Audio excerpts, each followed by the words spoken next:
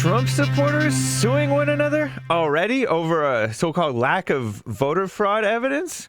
I don't know. And Trump says that it would be hard to concede given that there's such massive fraud, he says. And a big rally on Saturday for a couple of Georgia Republicans who are facing a runoff this January, I guess. Trump rally. This is the end of Hour 2 of the Jesse Lee Peterson Show. It's Friday, November 27th, 2020. Stay tuned for Hour 3 with Jesse Lee. After JLP, catch the Hake Report, thehakereport.com/show. But first, Hake news, not fake news. A donor is suing a pro-Trump group alleging failure to prove voter fraud. Oh gosh, what an eye roll, right?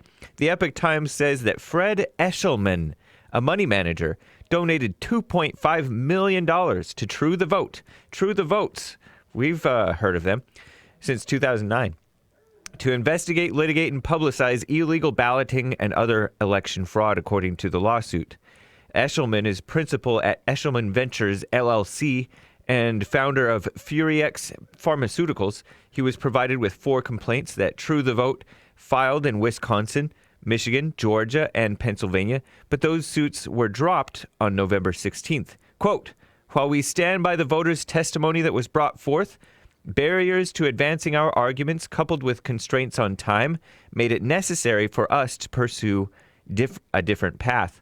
But our fight for election integrity continues," stated True the Vote President Catherine Engelbrecht. Catherine Engelbrecht has been on the Jesse Lee Peterson Show a few years ago. She testified famously in the Obama IRS scandal in which the IRS were targeting Tea Party groups and her group, True the Vote. Law and Crime reports that Fred Eshelman has supposedly donated to Trump in the past. Who knows? Who cares? Seems impatient to me, but who knows? I don't know. It's $2.5 million. It's a lot. Real news from real President Donald Trump. Trump says that it would be very hard to concede when there's such massive fraud. The Epoch Times reports when asked about what he will do if the Electoral College elects Biden, Trump said it's going to be a very hard thing to concede because we know there was massive fraud. So as to whether or not I can get this apparatus moving quickly, time isn't on our side. Nothing else, everything else is on our side. Facts are on our side. There was massive fraud. It should have never taken place in this country, the president told reporters at the White House. Trump said that if they do vote for Biden, they made a massive mistake because this election was a fraud. So no, I can't say that at all. I think it's a possibility. They have Biden beating Obama on Obama's vote in areas that mattered in terms of election in swing states, he added. And yet he's losing to Obama all over the place in terms of the number of votes that he received. But he's beating Obama in the swing states. Very suspicious, right? Where states that matter for the purposes of the election. We're like a third world country, President Trump said. And I believe that. We're using computer equipment that can be hacked. They talk about glitches. In all cases, the glitches made votes go from Trump to Biden.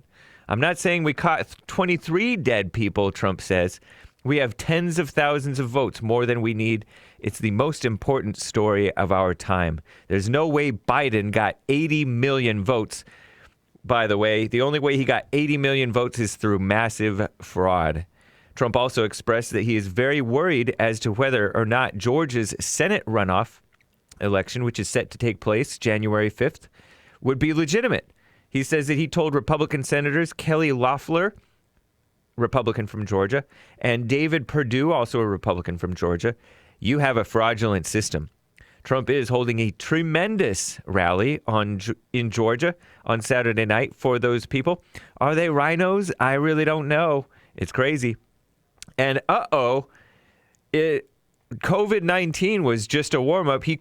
Somebody quote tweeted a New York Post article on Twitter shared by Revolver News. New Zealand Prime Minister Jacinda Ardern, who's barely 40, lives with her male partner with whom she just had a baby, is set to declare a climate emergency to push pressure to combat global warming. Church with Jesse Lee Peterson on Sunday. No fallen state today. Check it out.